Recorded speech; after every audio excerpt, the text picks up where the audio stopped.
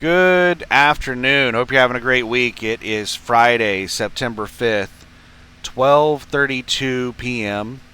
Pacific Daylight Time, local time, here in Aurora, Oregon, just south of Portland.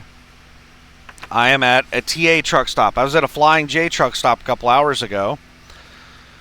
So we're going to skim through the load board, and I'm going to give you an update as to what's going on with me. So let me see where I'm at right here. Let me check my email real quick. They still haven't sent me an updated freight bill. All right, so let's flip over, and I'm going to do a load board search, and I'm just going to scroll through the load board while I tell you what's going on with me. So what do we got here? Basically, I selected all van loads, all power only loads, and all container loads. And I'm looking for loads that are a minimum of $250 a mile and a minimum of $3,000. And we're searching the entire load board, all loads on Landstar's load board, going no destination or origin restrictions. I do have it set to not show team loads and only show contract freight. Direct shipper, yes, and team, no. So this is basically all the loads that I could haul. Well, maybe not all the loads. I also should probably put in a max weight of 45,000 pounds to get rid of any overweight loads. Yeah, let's do that and see if so it's at 287 loads right now. And it went to 290. Okay, let's get rid of that. So there are 3 more loads on the load board. So it's not often that you deal with overweight loads whenever you're dealing with van and container. But sometimes when you're dealing with power only, you'll deal with overweight loads. But it doesn't look like there's any on the board right now. So we're just going to leave it as is. So let's sort it by revenue descending, because Landstar's load board, some genius set it up to sort by agency code. Alright, so I'm just going to scroll through this, and you can pause it and look at loads if you want. This is basically all the stuff that I can haul all across Landstar's load board.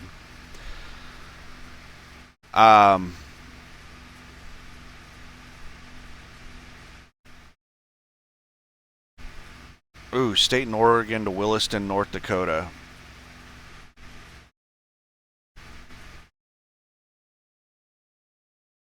It's not ready until the 9th.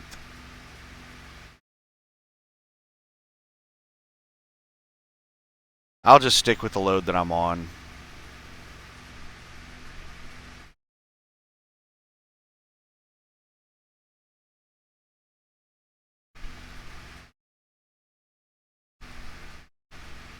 I tried to book a State and Oregon to Williston, North Dakota. I tried to book this load last week, and I wasn't able to get it. Somebody else called in before me. This is one of the loads I tried to get last week. So I'm just going to scroll through this while I talk about what's going on with me. So last week, I had issues finding a load, and was it last week or the week before last week? My time is starting to... Yeah, it was last week. Yeah, last week I delivered my final stop in... I delivered a load from Dallas to Reno, Nevada, and then Redding, California, and then Medford, Oregon. And then I booked a load I made my final delivery in Medford, Oregon Tuesday. And then I booked a load to pick up that Saturday in Portland, going to Atlanta, Georgia.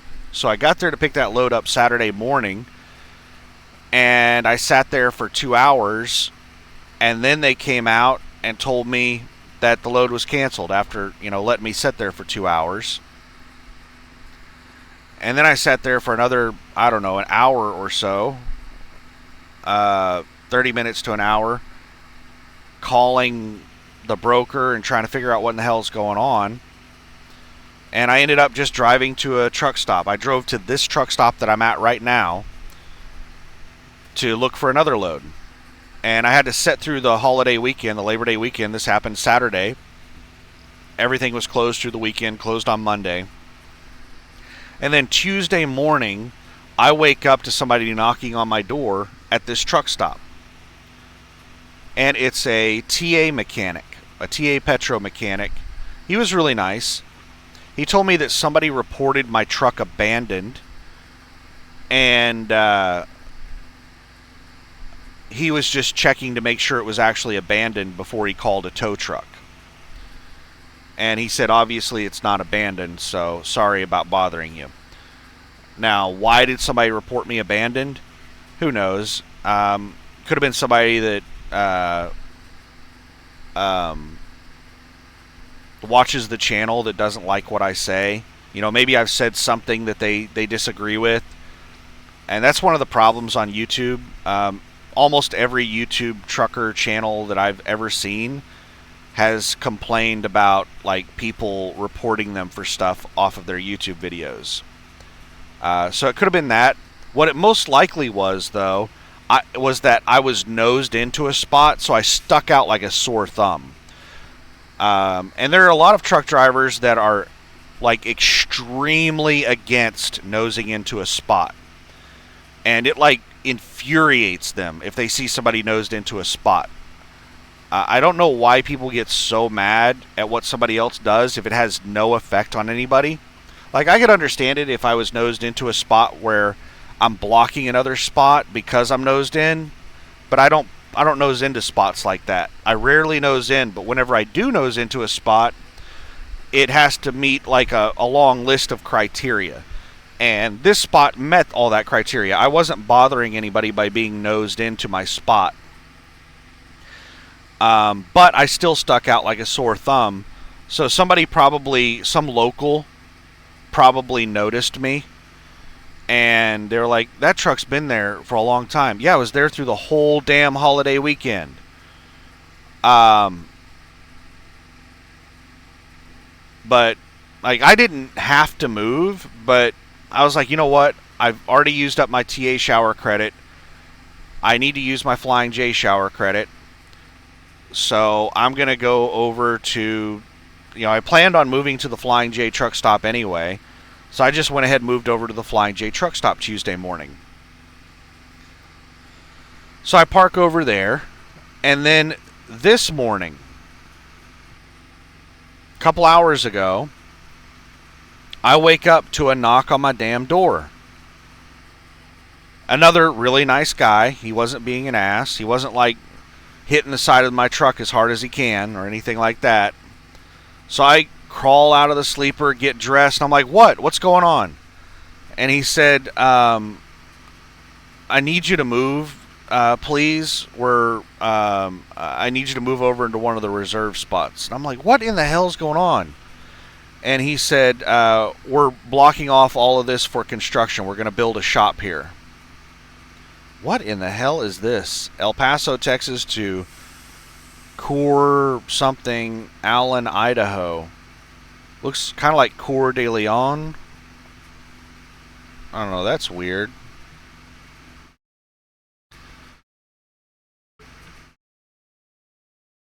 But,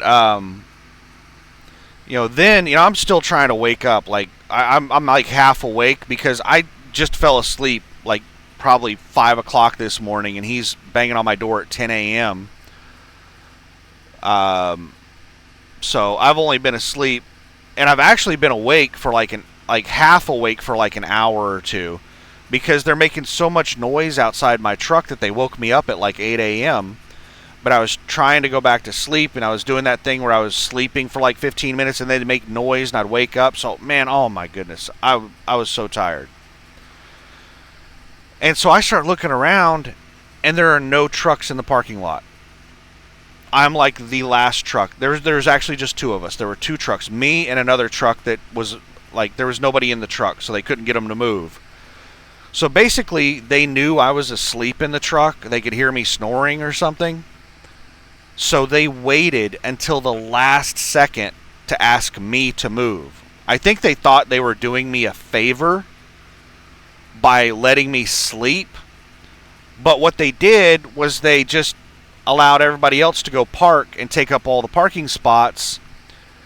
And there were no parking spots left by the time they woke me up. So I had to basically leave the truck stop. There were like 2 or 3 parking spots open, but the reason they were open was because they were nearly impossible to back into.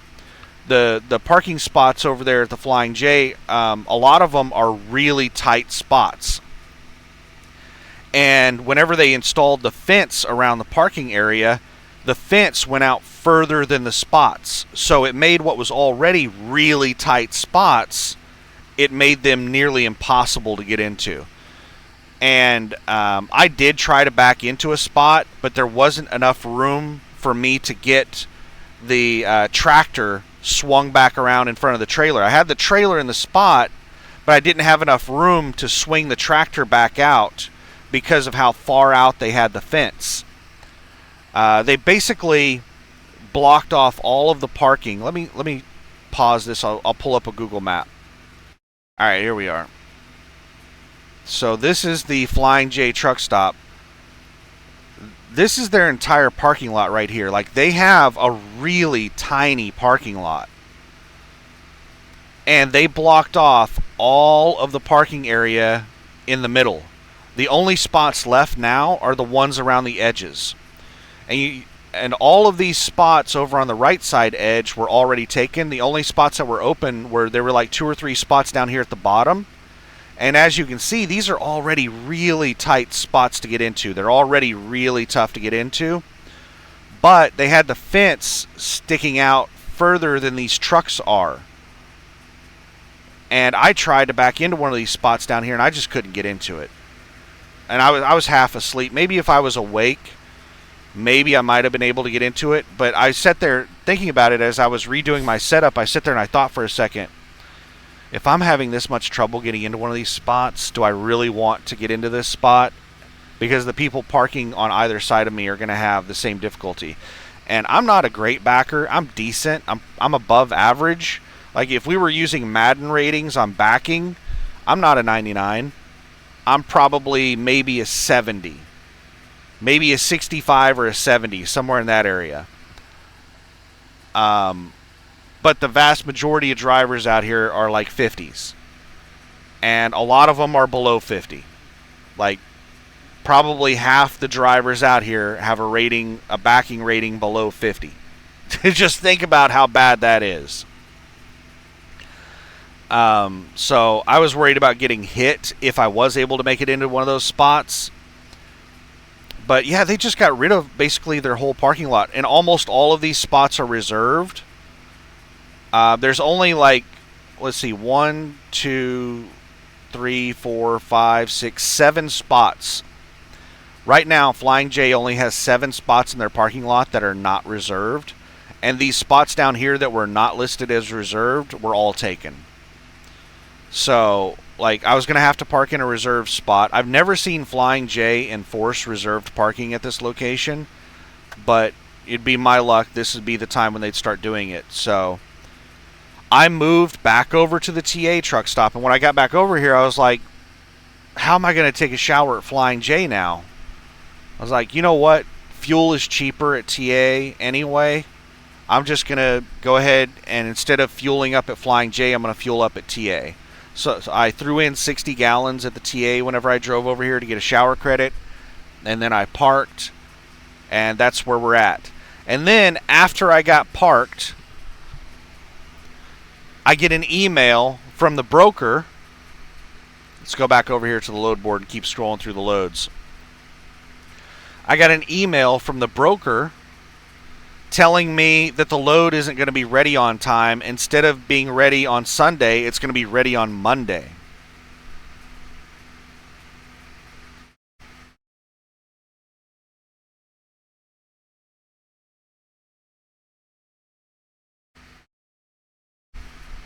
And that's pissing me off because I'm already setting for, like, I don't know how many days. like 4 or 5 days waiting for this load to be ready. And now I'm going to have to wait an extra day for the load to be ready. And they've already scheduled all of my appointments. And now everything's going to be 1 to 2 days later than the appointments that they've already scheduled. Are they going to... I told them, like, we're going to have to redo all the appointments now. And I said that I said, when is the trailer going to be ready Monday? And they were like, we have no idea. We were just told Monday. And I said, well, if it's going to be ready early in the day Monday, then it's going to push all the appointments by 1 day. If it's going to be ready late in the day Monday, you know, like after 4 p.m., then it's going to push all the appointments by 2 days. And I said, you guys are going to send me a new freight bill with the new times, right? And they said, yeah, I'm working on it right now.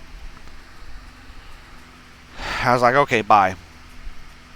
I don't think they're going to bother calling and rescheduling all of my appointments. So I'm going to be showing up to all these appointments a day or two late, and some of these places may give me, like, they may tell me they don't want to unload me, I'm late or something like that, and, like, it could cause an absolute nightmare on this load. So I'm getting irritated already.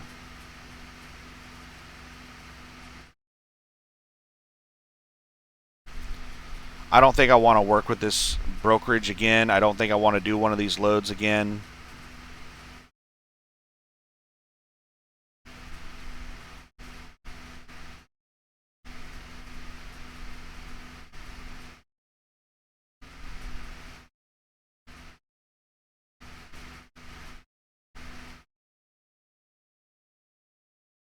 How long has that Heber load been sitting there?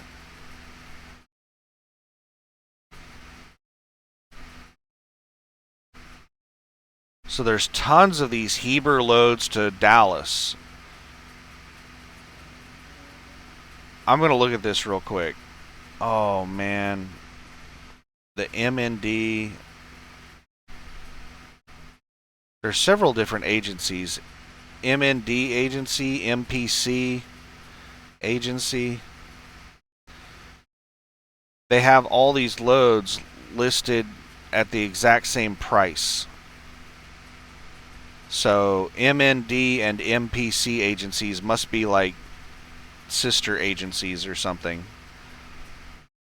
A lot of the Landstar agencies are like that. They're, you know, you're basically calling the same agency whenever you call like 5 or 6 different agencies. It's all the same agency.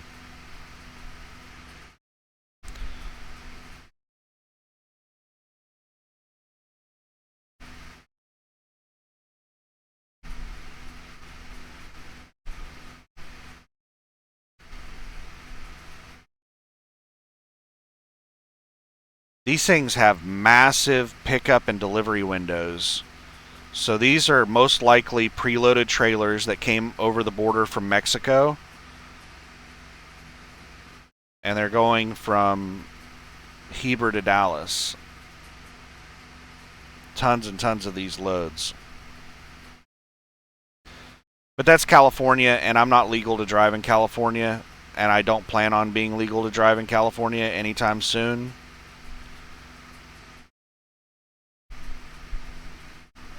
Oh no, did that send me all the way to the top of the list? It did. Damn it. Damn it, damn it. We'll scroll through the list again. So yeah, now my load has been pushed another day. So I was expecting to pick a load up Sunday. Now it's not picking up until Monday.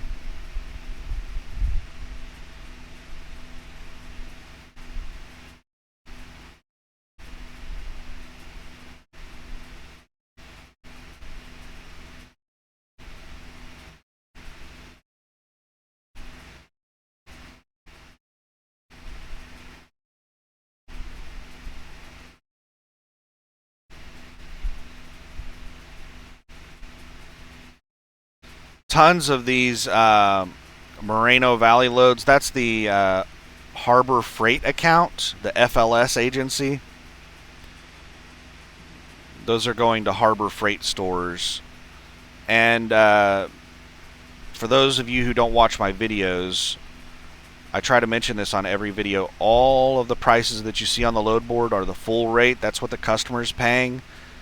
I get about 70%. I get 65% of the line haul and 100% of the fuel surcharge. And the rates that you see on there are all inclusive. They include everything. It includes fuel surcharge, drop pay, unload pay, everything. That's the total amount of money the customer's paying. And I get about 70% of what the customer pays for the load.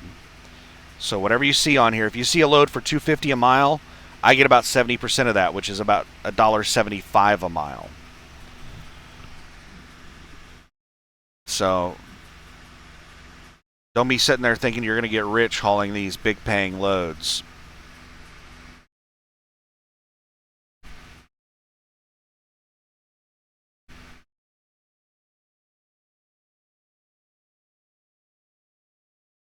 And these are some of the best loads on the load board. I've got the search filter set up to only show me loads over $2.50 a mile and over $3,000. So these are like the best loads on the load board. The load board is primarily full of crap. Well, I think there's 290 loads in this list, and these are the best loads out of 70,000 loads on Landstar's load board. These are the 290 basically best loads. Well, I can't say that because I'm excluding flatbed and team and all that stuff. These are the best loads for a solo dry van driver on Landstar's load board.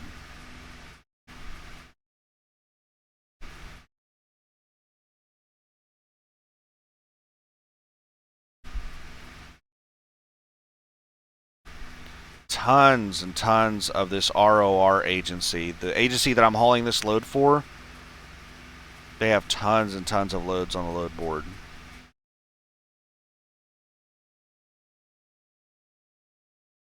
Oh man, I've still got this. This thing is sorting alphabetically by agency name. That's the reason there's so many. I was wondering why are all these ROR loads together like this, and it's because it's sorting by agency. Sorry, I thought that I changed it to sort by revenue again. Every time I click on something, I have to resort it, and I guess I forgot to resort it.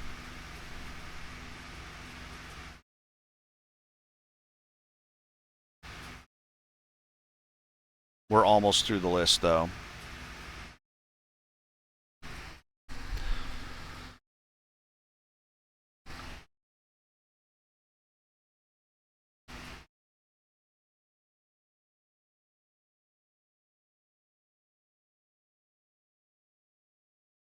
All right, somebody was saying that they live in Oklahoma City like I do.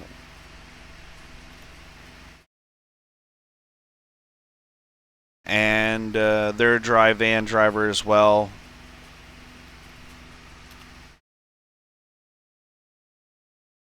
Let's do a 100-mile search around Oklahoma City for contract freight. 22 loads. Oklahoma City is not a good place to be hauling loads out of. So let's sort it by revenue.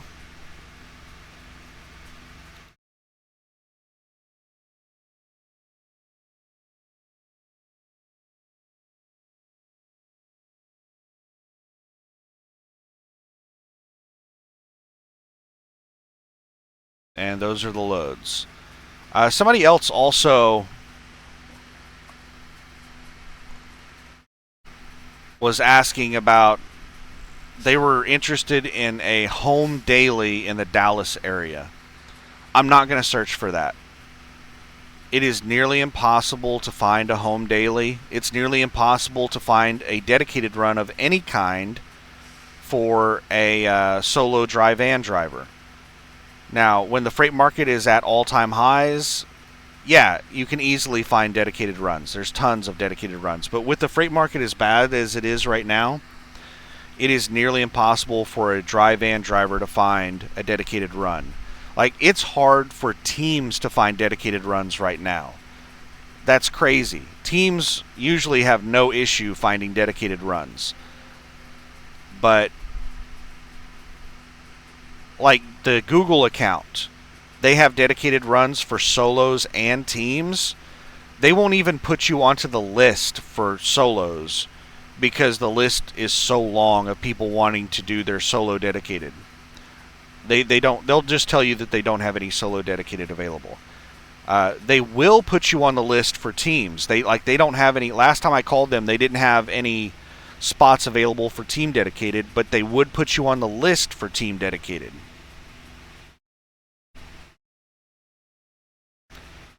But if you're doing team, you can find dedicated runs on Landstar's load board as a team.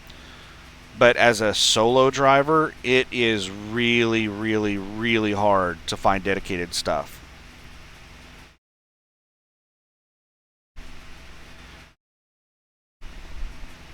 What I don't know. There's you're gonna be like, if I try to find a dedicated run, like I look for dedicated runs for myself all the time, and I spend hours and hours looking for them.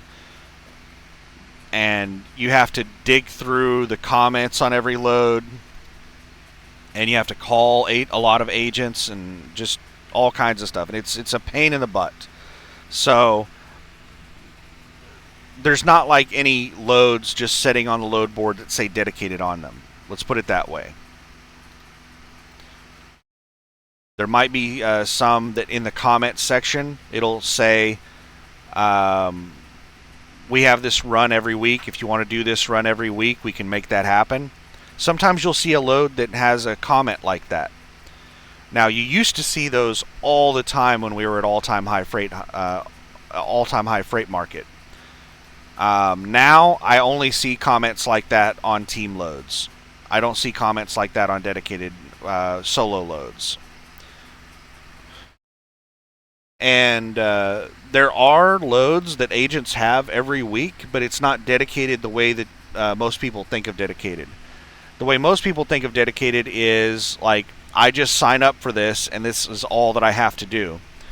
No, the CGI agency that has the Saya account, they have a lot of the same loads every single week.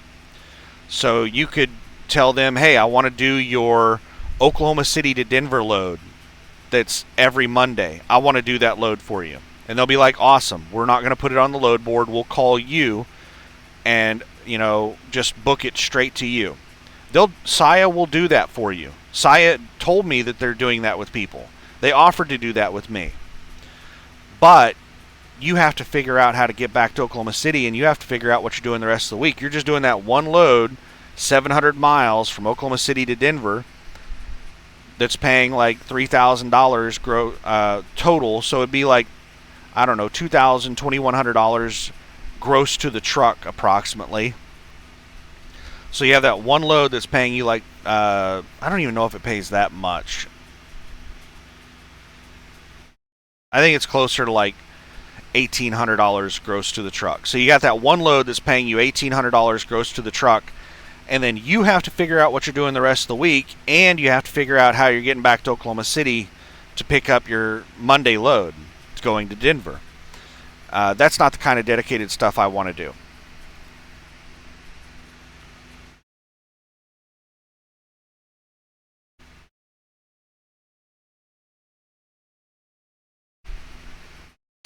All right, now what do we got? So that's all the stuff coming out of Oklahoma City. So yeah, the person in the comments was saying that they were looking for loads going from Oklahoma City to like the Wisconsin area. As you can see, there's only 22 total loads. Now, what we can do is I can change this to show all freight, and you're going to see a lot of spot market loads. So we just went from 22 to 308 loads.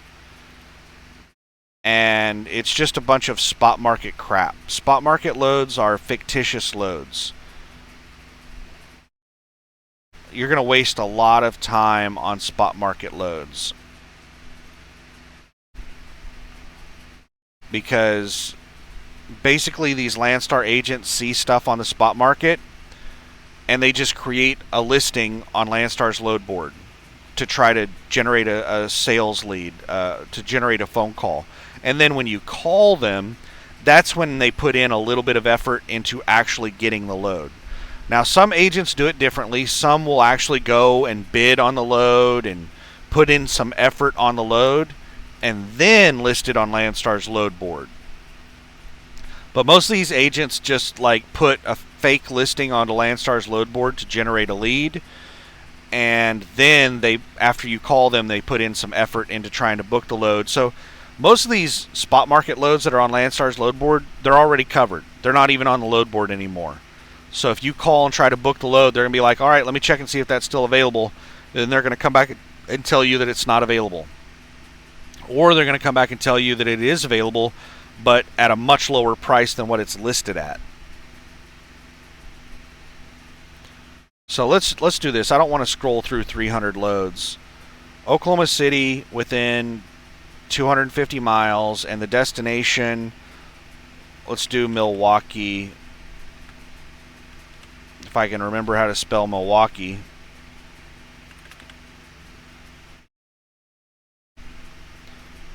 And let's do 250 miles around Milwaukee. 265 loads. That's a lot. Let's take it down to 150 around Milwaukee. It's 128 loads. 24 loads. So Oklahoma City to Milwaukee, 24 loads. And let's see how many of these are spot market loads. They're all spot market loads. Every single one of these are spot market loads.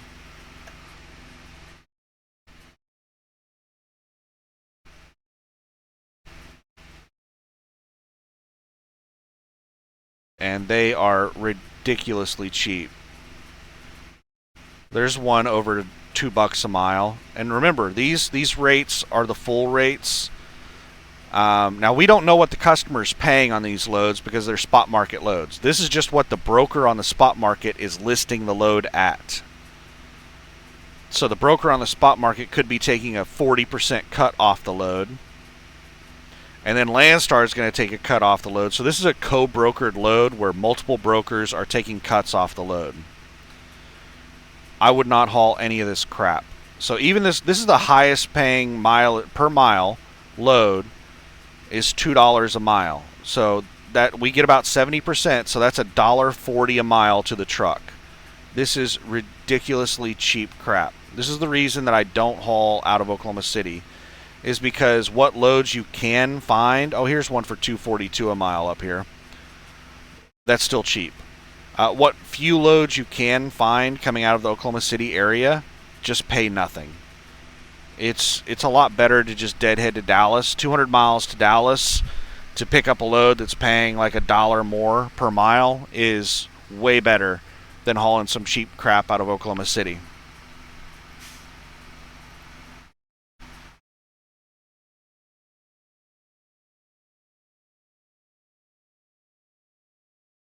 So yeah, if you live in Oklahoma City, I would expect to drive to Dallas to pick up your loads.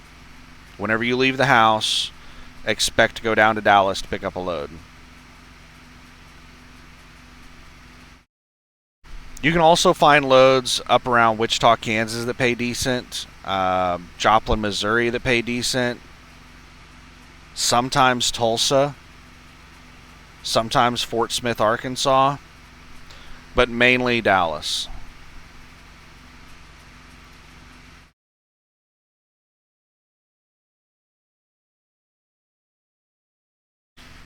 All right, let me remember. So there was the person that was asking for loads between Oklahoma City and Wisconsin. We just did that. There's a person asking for dedicated loads home daily in Dallas. I'm trying not to laugh at you. You know, that's it's going to be really hard to find a home daily dedicated in Dallas. Like, there's a lot of competition for that stuff. When you're in orientation, talk with people and see if you can get pointed in some direction on what agency to call on that. If you find somebody that's doing something like that, they're probably going to be hesitant to give you the information because they probably have 2 or 3 friends that want to do it, and they're not going to give you the information over their buddies. So that's not a realistic expectation to get a home daily in Dallas. They exist, but they are really hard to get. I'm not even going to try searching the load board for that crap. I look for home dailies all the time, and it takes me hours, and I never find any. I look for, dedicated stuff for hours. I never find any.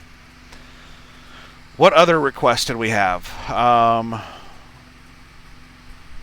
Let me pause this and look through the comments.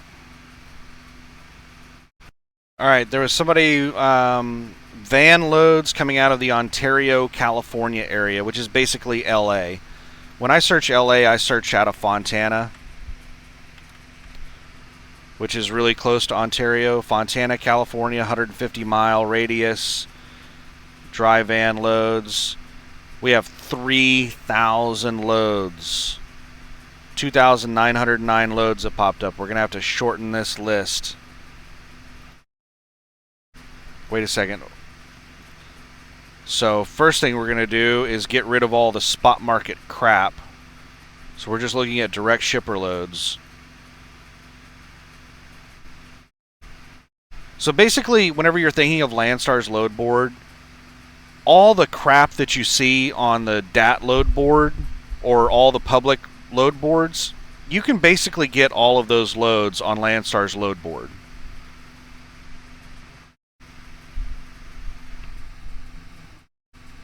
So I don't really see a point in posting that stuff. We're just looking at the contract freight. And I hate doing spot market loads. I don't want to rant for 2 hours about why you should not haul spot market loads on Landstar's load board, but I would avoid them if possible. You're going to get really frustrated hauling spot market loads on Landstar's load board. But, okay, so now we have 123 loads. I'm not going to bother sorting it by anything else. We're just going to leave it at that. We're not going to do minimum revenue or minimum rate per mile. This is just all the contract freight within 150 miles of Fontana. That is power only, van, or container.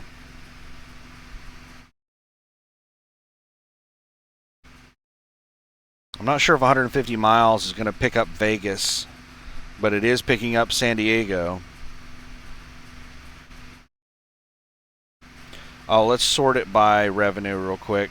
Got to remember to do that.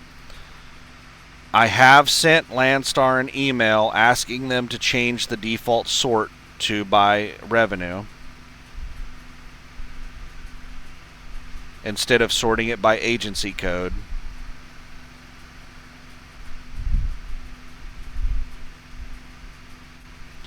Alright, now we'll go through here.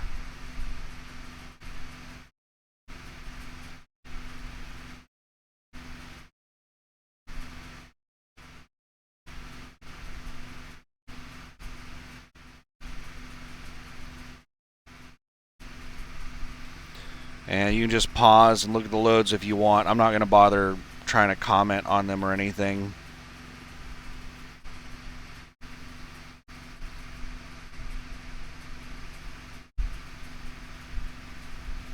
But this is all contract stuff.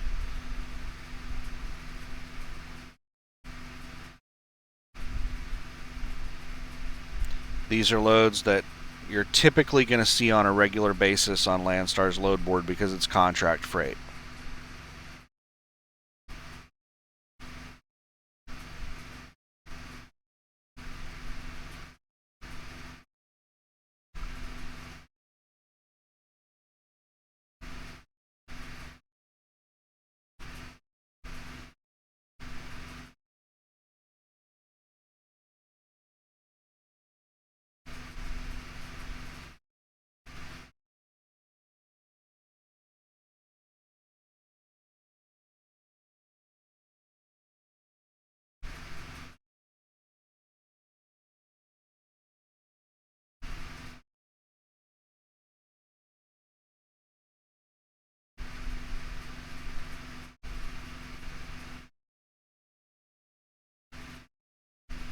And that's it. That's all the stuff.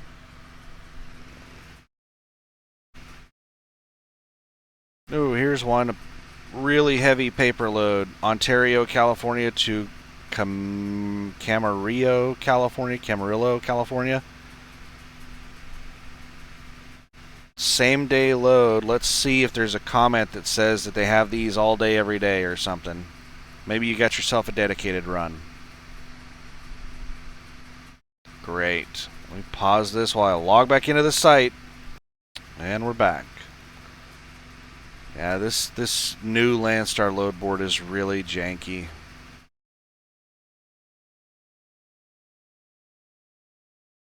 Yeah, there's no comments. There's nothing in here.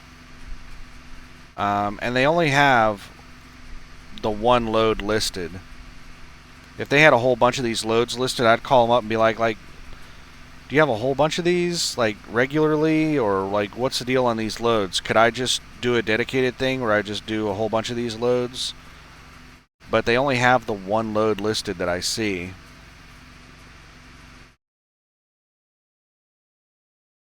So maybe they don't get these on the regular.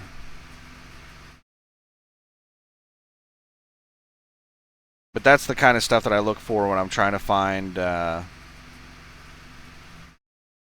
like some kind of dedicated run or something, is I look to see a whole bunch of the same load posted.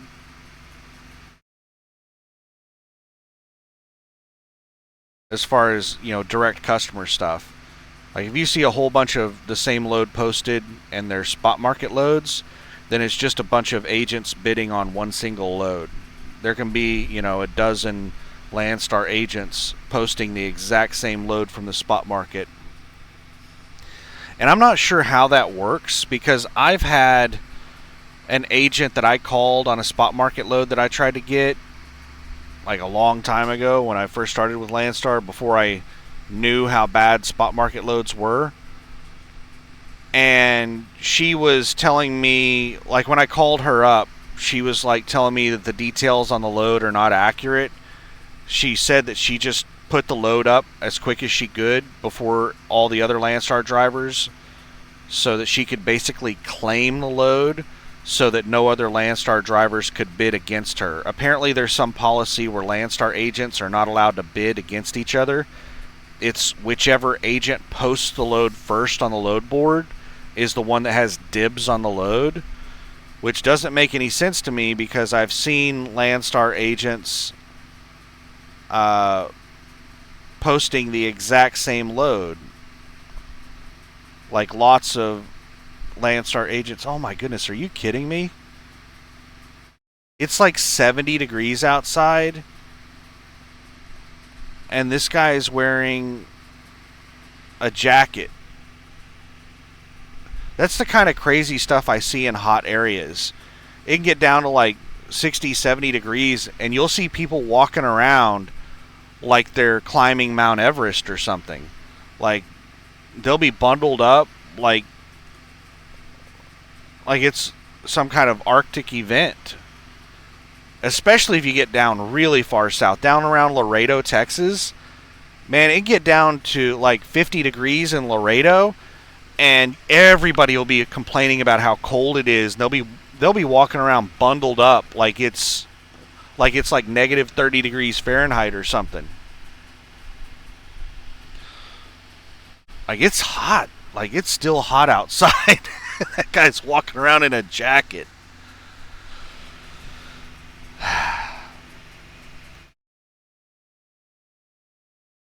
But yeah, so spot market loads, if you see a whole bunch of them listed, then it's just a bunch of agents bidding against each other. I don't know what the policies are on the agents. I've had agents tell me stuff.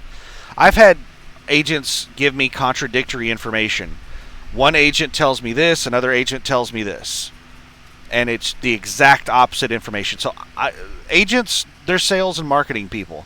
I can't stand sales and marketing people. They're liars. They're professional liars. That's what sales and marketing is. They're professional liars. So I don't trust anything any of them say. All right, let's go back up here to the search. And What do we want to search now? We could search the Chicago area. This would also go into the person who is talking about going back and forth between Oklahoma City and Wisconsin. Chicago is really close to Wisconsin. You know, you do a 250-mile search around Chicago, and that's Milwaukee and tons of other major cities. So let's do Chicago.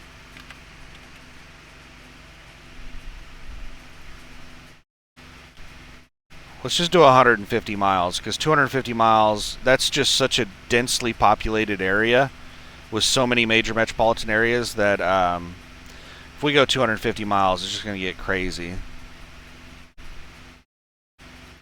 247 loads, so we'll scroll through these. And I want to pause this and check my email real quick. You know what? Instead of pausing the video to check my email, I'm just going to check my email on my phone.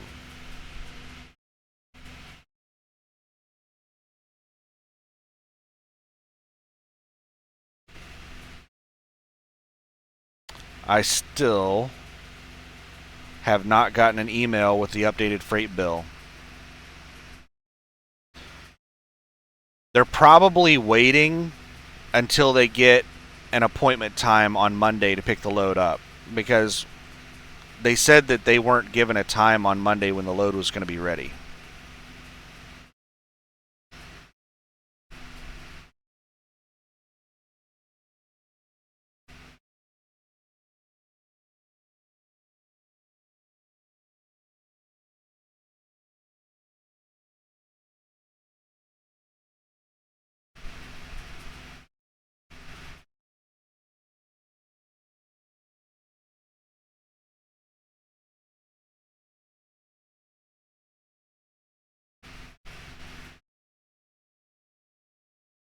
Oh man, I did not sort this by revenue. Or did I? It looks like it is sorted by revenue.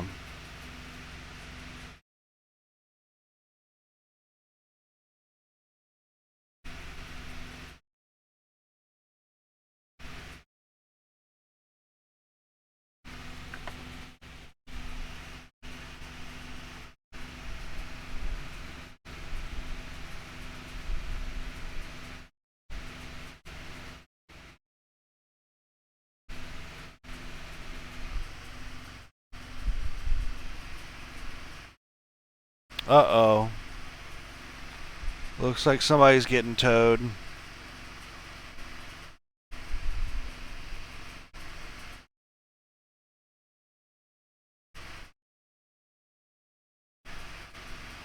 I wonder if it's somebody broke down or if it's an abandoned truck. You know, they actually do keep an eye on trucks in this parking lot. I've seen them tow trucks out of here. You usually don't see truck stops bothering with towing trucks. But this looks like it's an abandoned truck.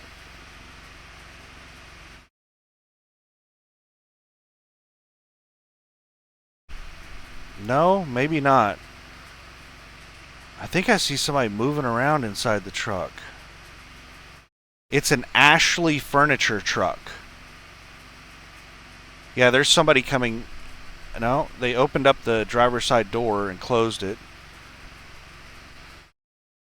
So yeah, I'm guessing it's a broke down truck, not an abandoned truck. And it's missing the front bumper. I'm not sure if they removed the front bumper to tow it.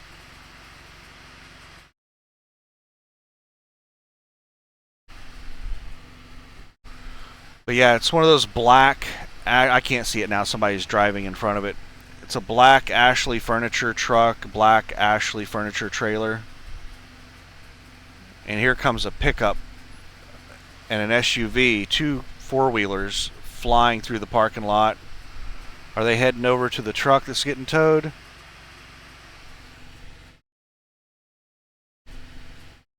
Where did the pickup go? No, there's the pickup, there's the SUV. They stop kind of close. No, they're going to a different truck.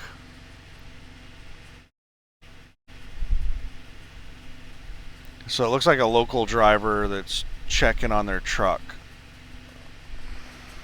And I'm still scrolling through the list.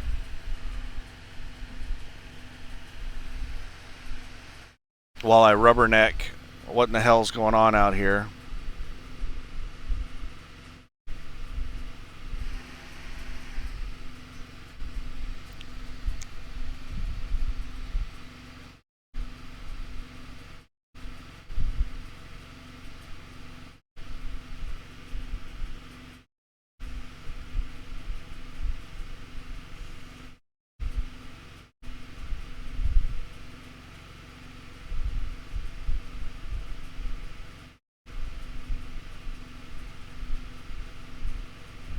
But yeah, the two four-wheelers that just flew through the parking lot appear to be unrelated to the Ashley furniture truck. It's a truck that's parked like 5 or 6 parking spots away from Ashley Furniture. Is what they're here for. Man, I still haven't made it to the bottom of the list. Oh, it's doing that crap where I'm scrolling down and it's lunging back upward. Alright, we're down at the bottom of the list finally.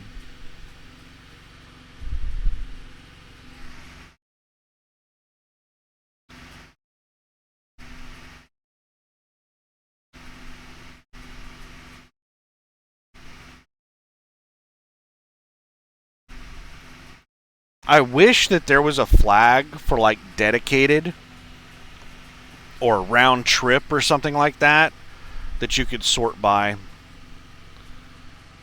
You would think that if Landstar's creating a brand new load board that they would have more features, but this load board appears to have less features than the old load board.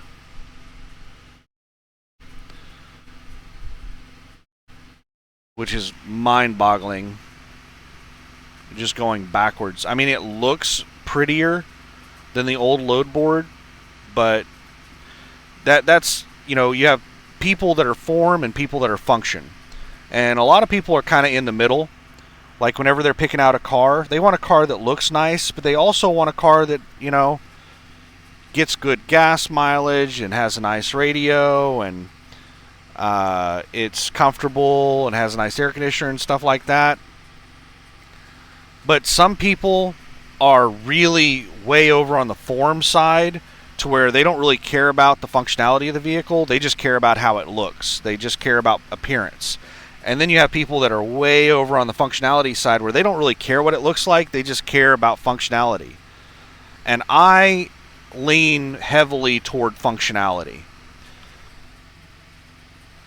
So I hate the new load board because functional wise it's worse than the old load board. It looks prettier than the old load board, but it's worse functional wise than the old load board.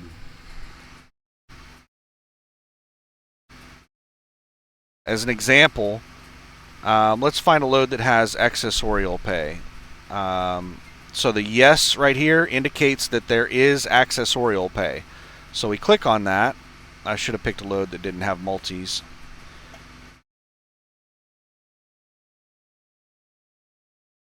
And accessorial pay, fuel surcharge, there's nothing there.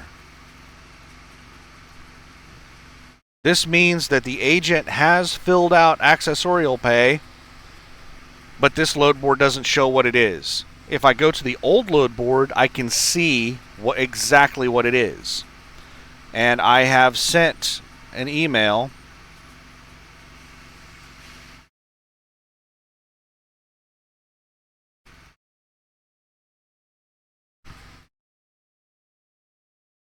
to Landstar telling them that, like, we need to know all of the pay on a load to be able to make a decision on whether or not we want to do that load. Why would you not include all of the pay on the load?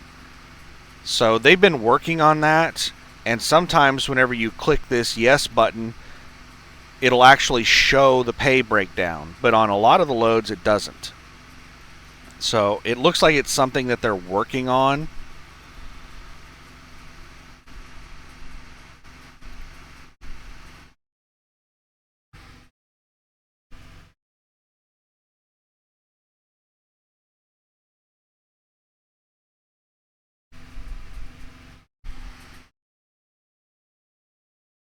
Oh, what an asshole.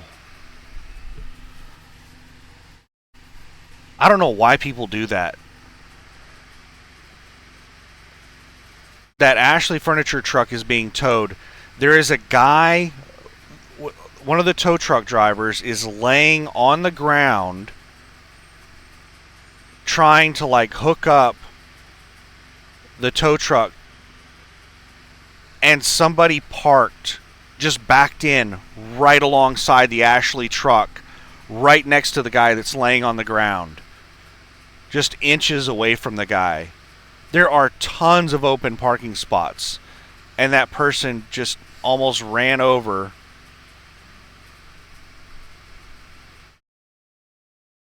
that damn tow truck driver parking right next to the Ashley truck. I just don't understand people. Like, how can you be so disrespectful, so selfish? There are tons of open spots, even pull through spots. Straight across from me, there are 2 spots open where you can pull through and park in either one of them if you can't back.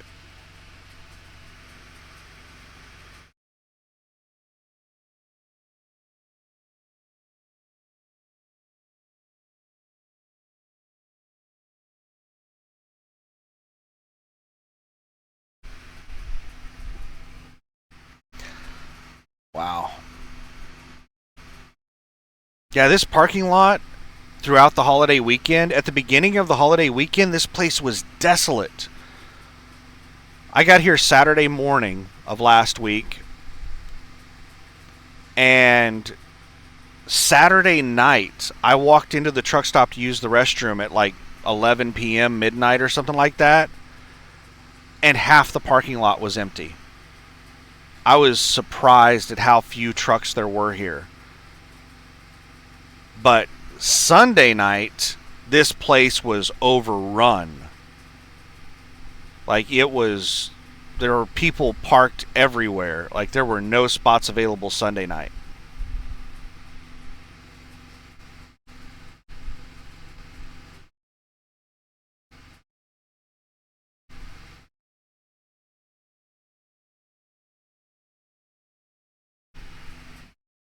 So, anyway, we should wrap up this video. We did some load board. We got caught up in what's going on with me. I'm just waiting on my new freight bill. I'm waiting on the new schedule.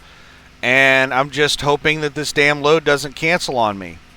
The last load that I booked, the load going from Portland to Atlanta, I booked that load on, I want to say, Thursday. And it was supposed to pick up Saturday. So I sat around, or did I pick it up? Did I book the load Friday morning? I think I might have booked it Friday morning.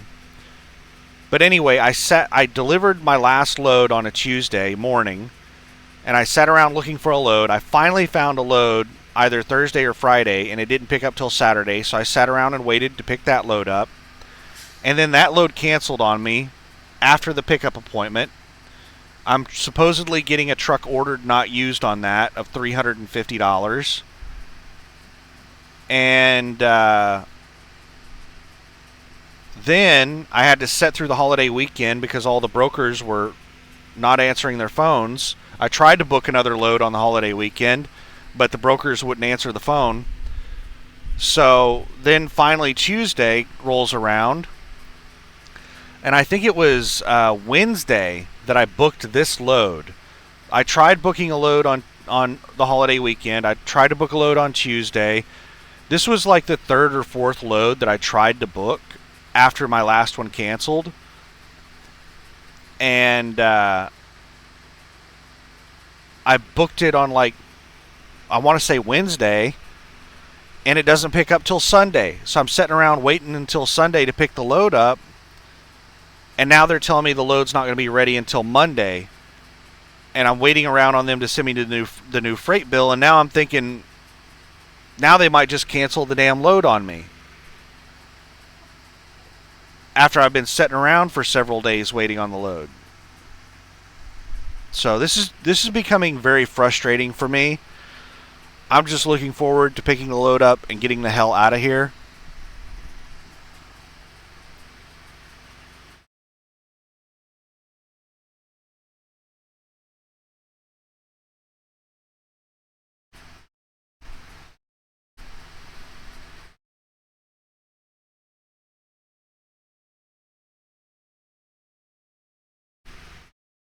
But yeah, I'm in limbo right now. The load's no longer picking up on Sunday like I thought it was.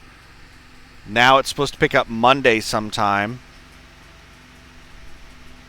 And everything's getting pushed by 1 to 2 days. And I'm just waiting for information from them to tell me what in the hell's going on. So that's what's going on with me. I'll probably make a new video if I get any updates. But you know, it's the end of the week, so there won't be any more load board videos. These brokers don't work weekends; they work bankers' hours.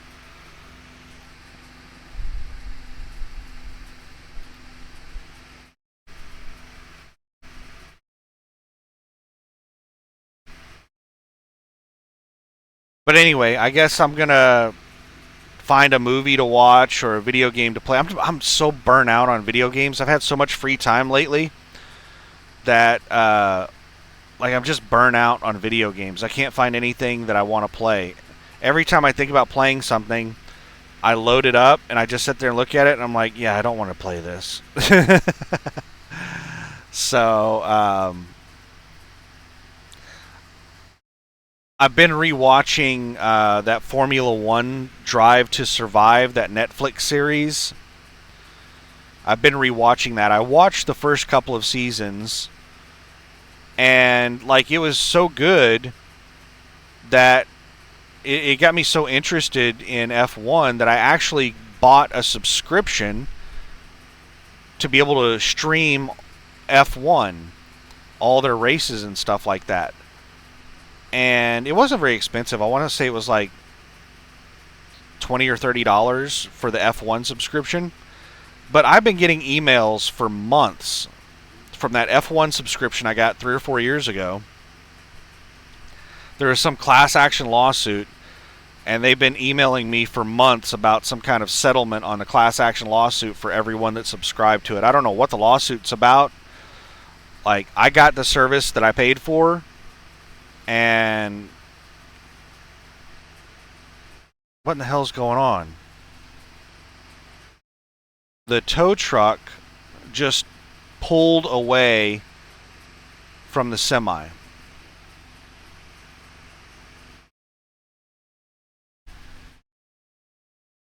Like, they've been trying to hook up to the semi for several minutes now. I'm not sure exactly how long it's been, like 20 minutes or so.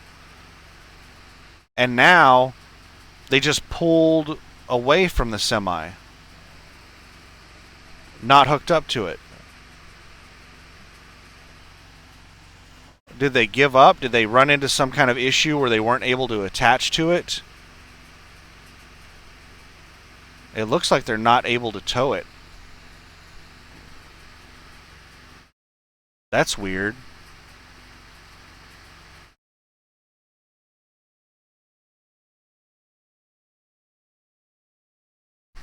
They still have I wish I was recording on my phone. I could actually show you what's going on. All right, the guy just got out of the Ashley truck. It looks like he's walking up to the tow truck drivers. And I can't see the front of the tow truck. They pulled so far forward I can't see. They're they're picking stuff up. Apparently they had some kind of mat on the ground that they were laying on. They just picked that up. and they're picking up their cones. Well, they picked up one of their cones and threw it on top of the other cone.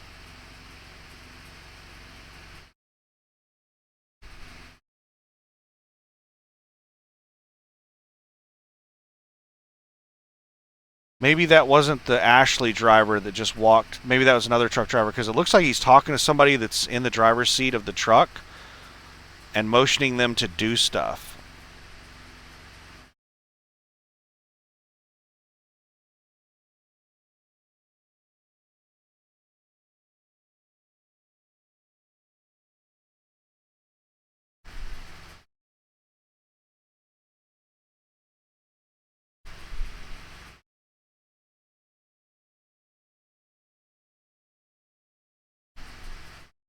The driver just got out of the truck and walked back.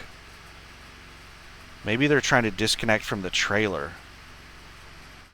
So the tow truck, it's one of those big semi tow trucks. It's like a semi truck with a towing apparatus on it.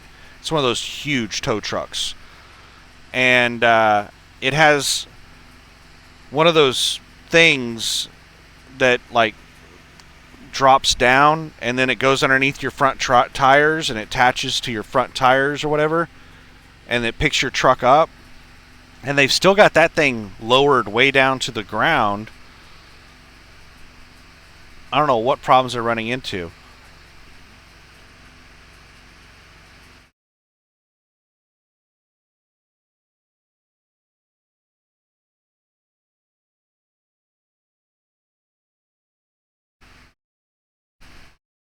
I don't know what's going on. I suspect the truck's broke down.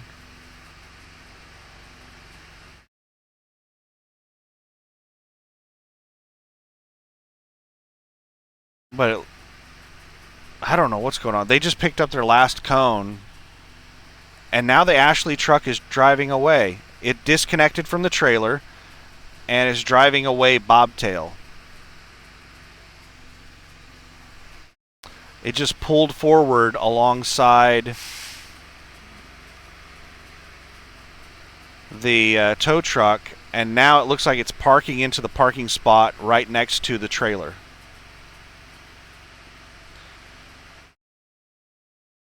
I wonder what the deal is with the front bumper. I wonder if the tow company removed that front bumper or if it did not have a front bumper. But yeah, now the Ashley truck is parked alongside the trailer.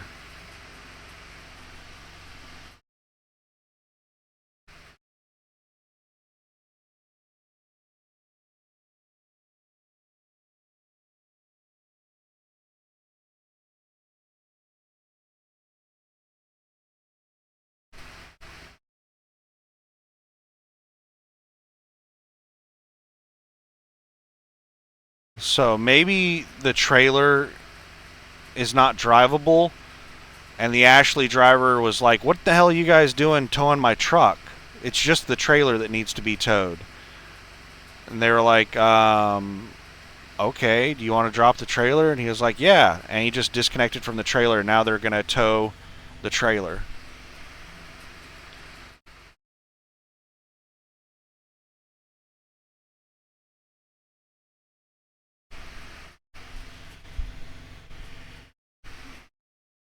I don't know what the hell is going on. The tow truck just drove around and is headed another direction. The Ashley driver was standing in front of the trailer like he was going to watch them back into the trailer, but they just drove around and went down the parking lot somewhere.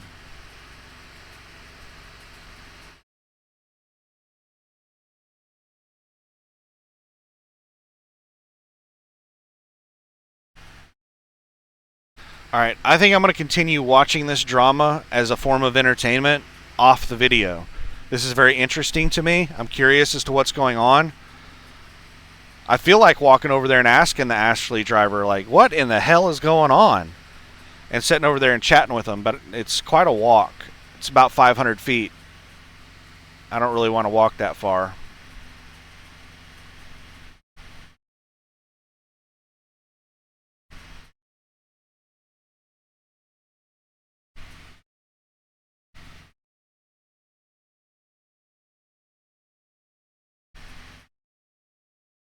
Now the Ashley driver is backing their truck up in the parking spot. You know what it might be? Because the tow truck drove around to the other side. Maybe they tried to tow the truck from the front and they couldn't. And they asked the driver if they could drop the trailer so that they could try to tow it from the other side. I think that's what they're doing, is they're trying to tow that truck from the other side now. I think that's the reason the tow truck drove around. I can't see what's going on the other side, but I'm guessing that the tow truck is on the other side trying to hook up to the tractor from the back side.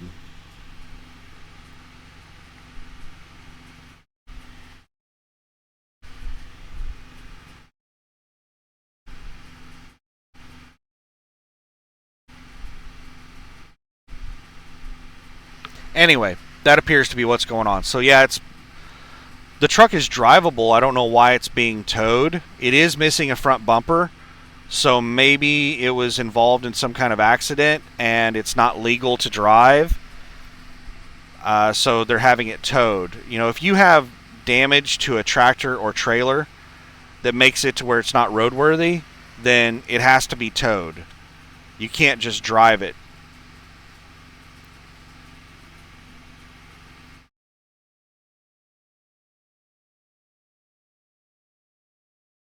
So, anyway, that's what's going on with me, and now I'm sitting around waiting to figure out when I'm going to pick this load up. It looks like I'm not going to be picking it up until Monday.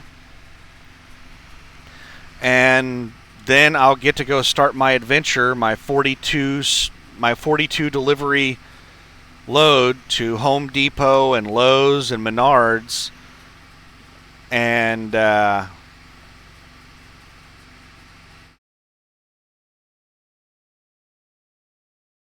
man, I'm not looking forward to that.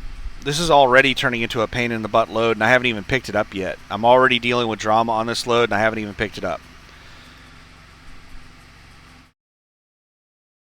So, yeah. But it's paying really well.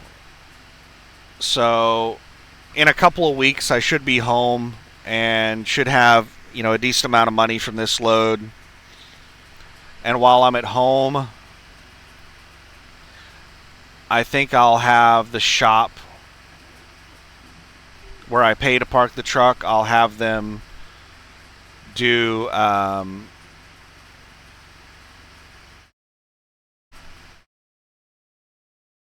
oil change and lube, a maintenance on the truck and the APU. I've been thinking about how I want to do that.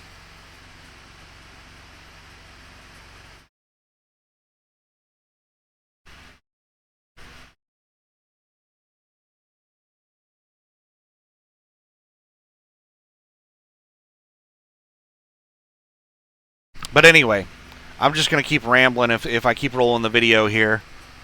I'm just thinking about a lot of things in my head, like where am I going to get the maintenance done? Am I going to buy the parts myself, or am I going to have the shop buy the parts? I really don't want to deal with Joe. Joe just makes some astronomical prices on shit.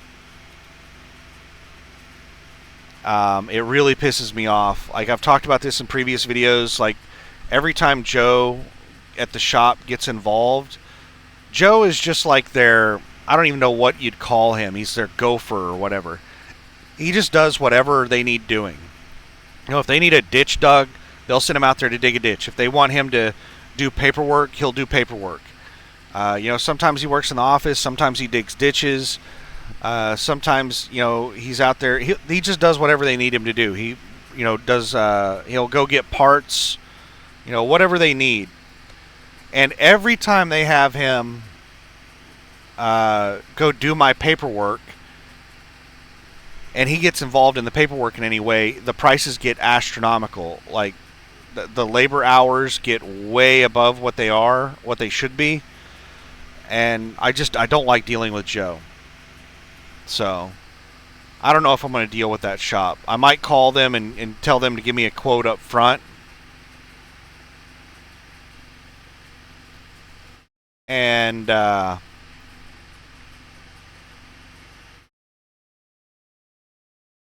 do that. Maybe. I don't know.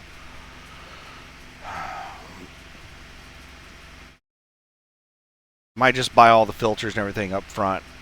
Let me pause this and check what the filter prices are. Sorry, my throat just dried out. Alright, I forgot where I left off on the video, but basically I've been searching through, and I have found what I think I'm going to do is I'm just going to buy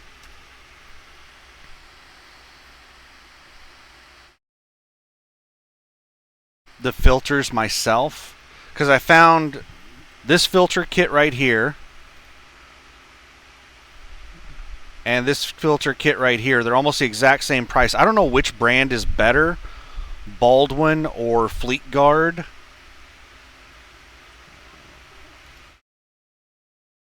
I'll probably end up going with Baldwin.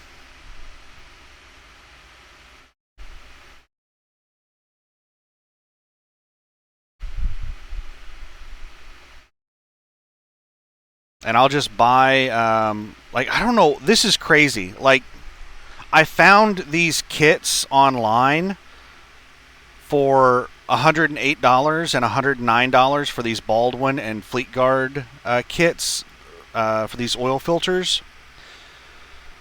And if I go, this is sold by Parts and Filters. And I went over to Parts and Filters website and I found these kits, and they're more expensive to buy them directly from Parts and Filters.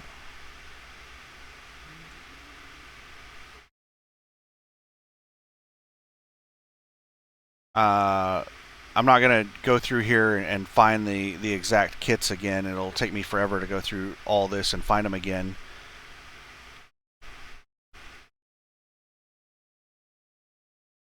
Actually, let me pause this and see if I can find the exact ones again.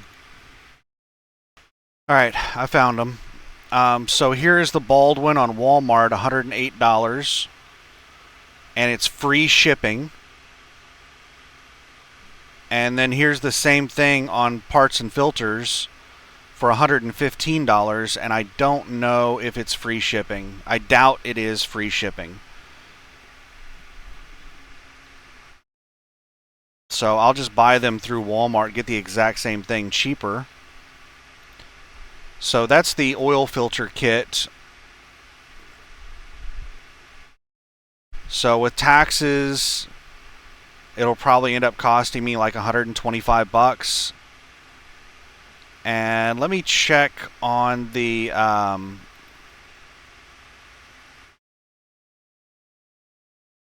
and if anybody has any suggestions between Baldwin and Fleet Guard, from what I read, it said that Fleet Guard was basically the Cummins brand. But let me check and see what the kit is for the oil and fuel filter for my APU.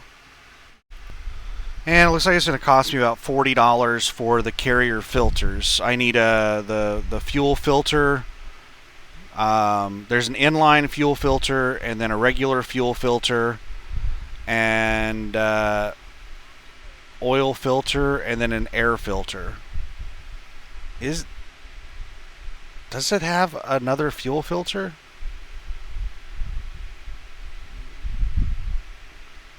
I think I need all four of these filters, so that'd be like 15 times 3, that's 45. That'd be like $55, $60. That is crazy that the filters for the carrier APU are like half the price of the filters for the truck.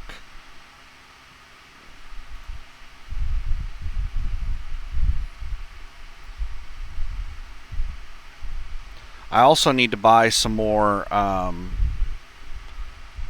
of this twisted cable for the generator in case I ever get the generator running, because all my old twisted cable that I'm running is pretty old stuff It's actually broken on me twice. So I need to buy some more of that stuff. So that's 60 plus 125 is going to cost me $185. We'll round it up to $200. It's going to cost me about $200 just for the filters. And I think I also want to replace the air filters on the fuel tanks as well, because I don't think they've been replaced since I've owned the truck. And those things are probably going to be like 15, 20 bucks a piece. So if I can negotiate with them for an hour and a half of labor,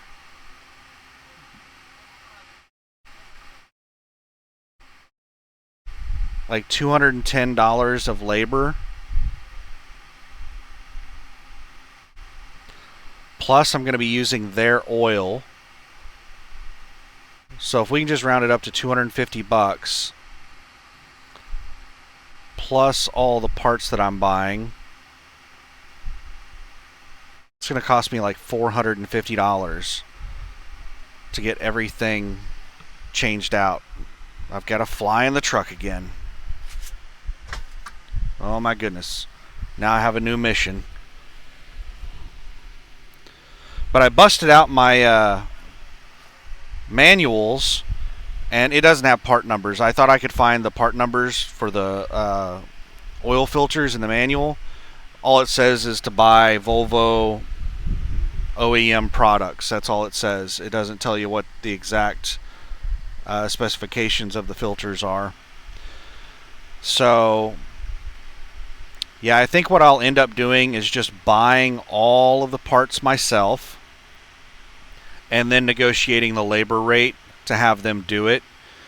And I think an hour and a half of labor is reasonable. Like an hour for the truck to do the oil and lube, and then 30 minutes for the APU to do the oil and lube.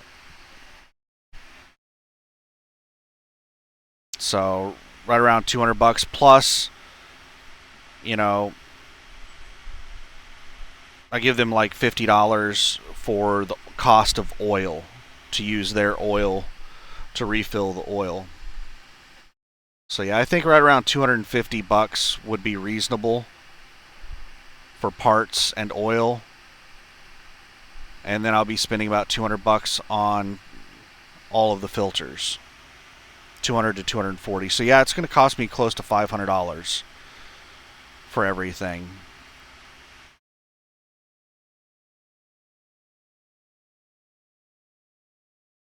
It's going to be pricey. But I think I'll get that done when I'm at the house, once I get home.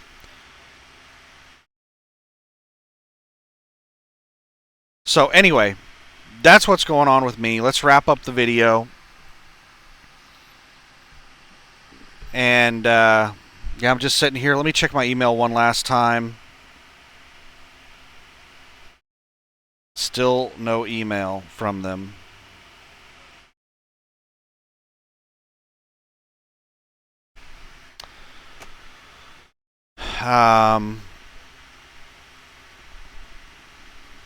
It's 5 o'clock.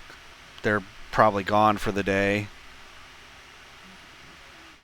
They're probably going to wait until till Monday to send me the new freight bill, because they're going to be closed through the weekend.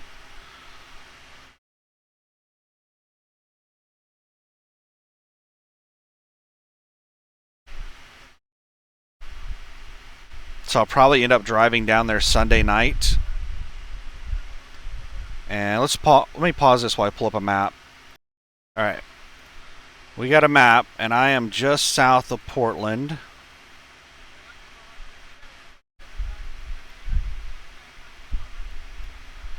Right here. I'm at the TA truck stop, and I'm in one of these spots right here.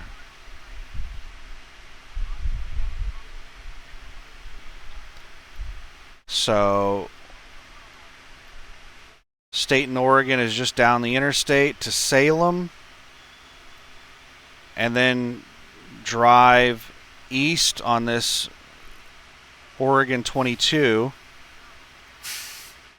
get off on this golf club road, and drive down.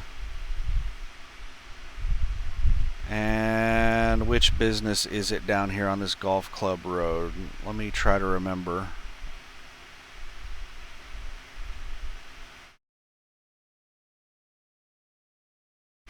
This is it right here.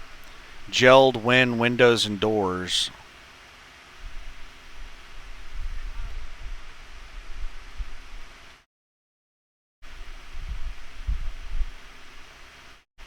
And it says there's parking on site, but man, they don't have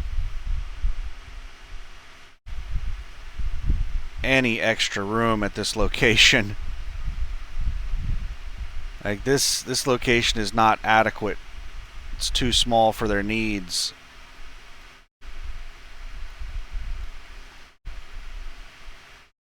They're using the docks at the back of the building for storage.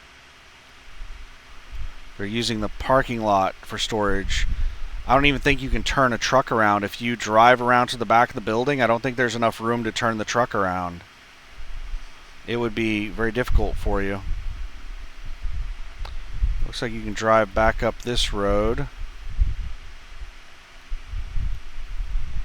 Yeah, I'm not sure where this so-called truck parking is at their site. They supposedly have overnight parking,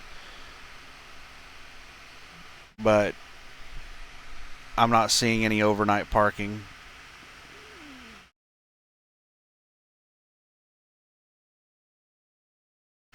And what's really weird, there's this huge policy and procedure document that you have to accept to take the load, and it has some ridiculous crap in there. One of the many ridiculous things that it has in there, the expectations on this load, is that they can basically use you as a yard dog whenever you get to the shipper. It says that you may be required to move trailers around in the dock, to move your trailer out of the dock and then put your empty back in the same slot.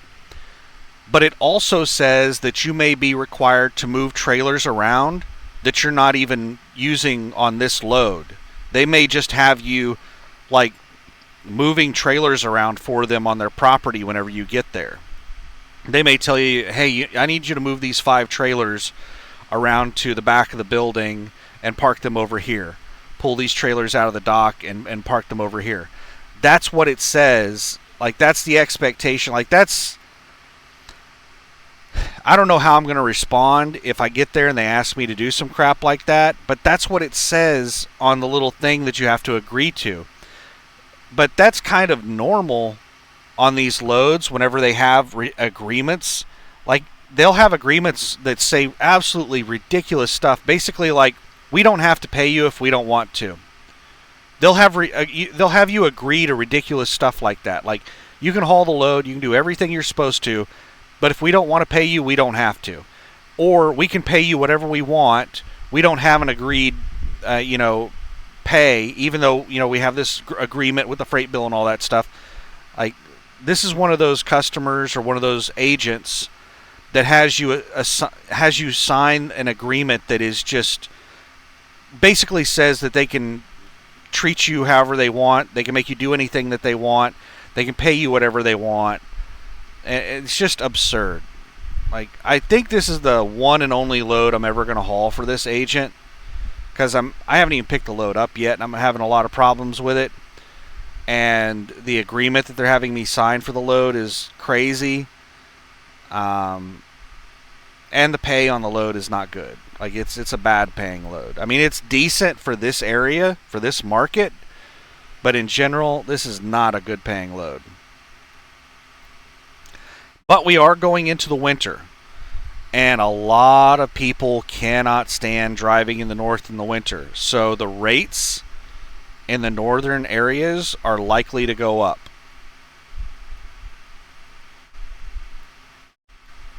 So maybe we'll be able to get some good paying loads coming out of the Seattle, Portland area over the winter, because I plan on running up in the north in the winter.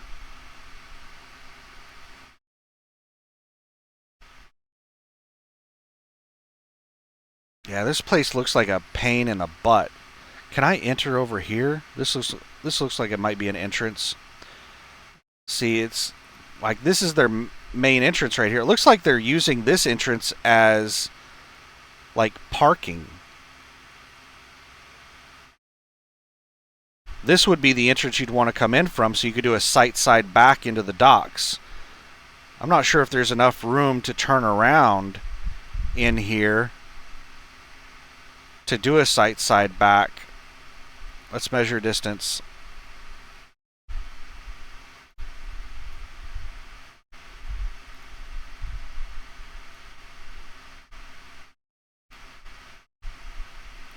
Yeah, there's approximately 55 feet.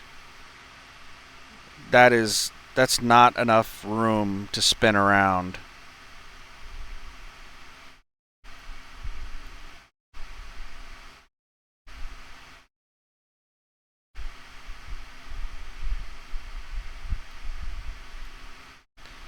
So I would need to drive in through this entrance. Unless this entrance is open, this would be the ideal entrance. So I don't know if I'm even going to be able to see if that entrance is blocked or not whenever I drive up here.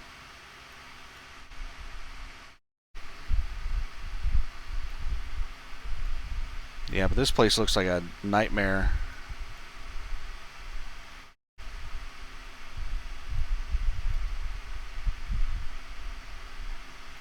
It's one of the it's a business that, like, you can just tell by looking at their building that they're cutting every corner that they possibly can. This building is not big enough for their needs.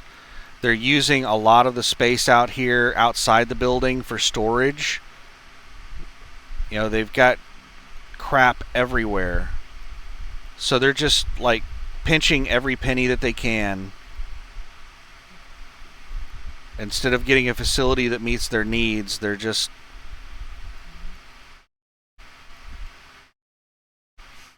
like this. I'm already not liking this load. This is making me want to cancel the damn load. Just looking at how this business operates.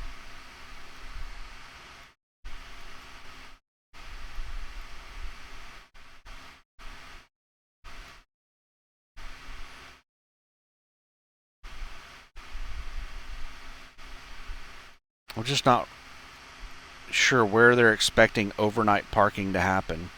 I guess what I could do, since it's a drop and hook, is I could just like throw my empty into a dock. I can ask them like which door do they want my empty in, and I can go ahead and drop my empty into a dock if they have an open dock, and then I can park bobtail into one of these spots like this truck is doing.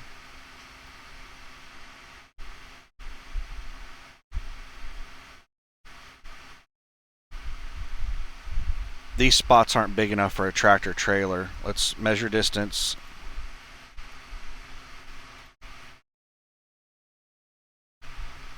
That is 70 feet. That is how long my tractor and trailer are. So if I tried to park into one of those spots, that's where my truck would be. My tractor trailer would be all the way out here in the middle of the road.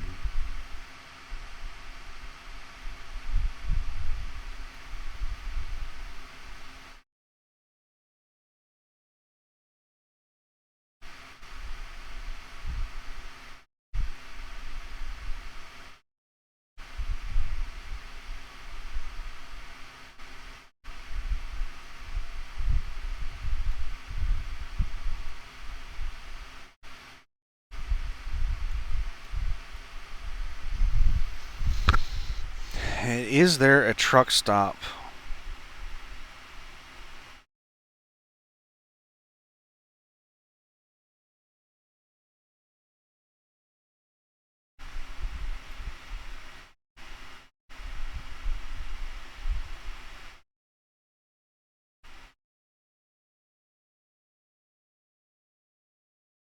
Couple churches, car dealerships.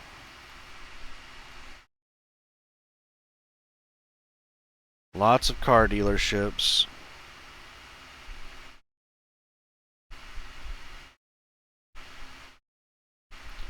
So this is a park and ride. There's no truck parking in there.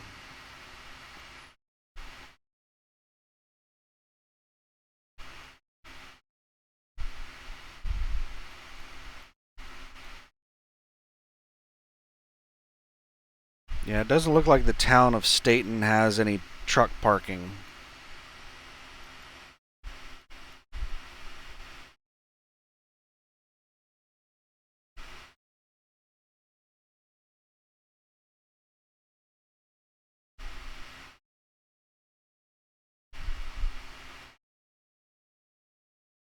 Whatever that is, it's gated. Probably had too many trucks parking there.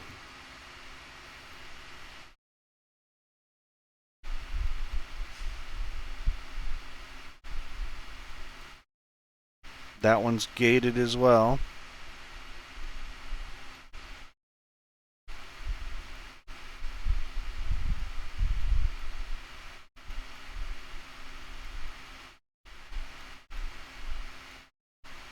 Yeah, very anti-trucker town. Every spot that you could park a truck is blocked off.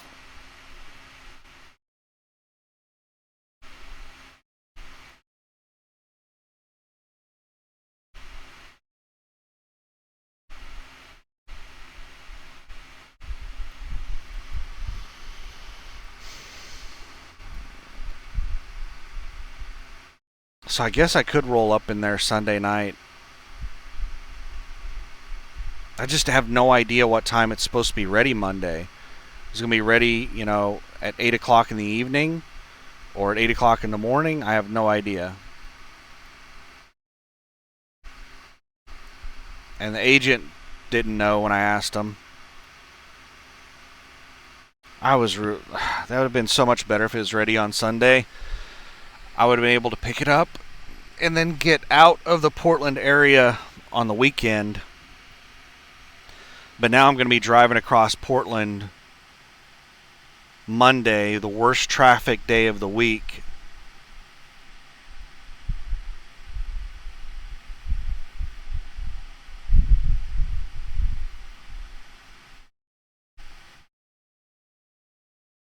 This is just annoying. Anyway, I'm starting to ramble, so let's wrap up the video. We did some load board. We did some other stuff. So anyway, have a good one. Bye.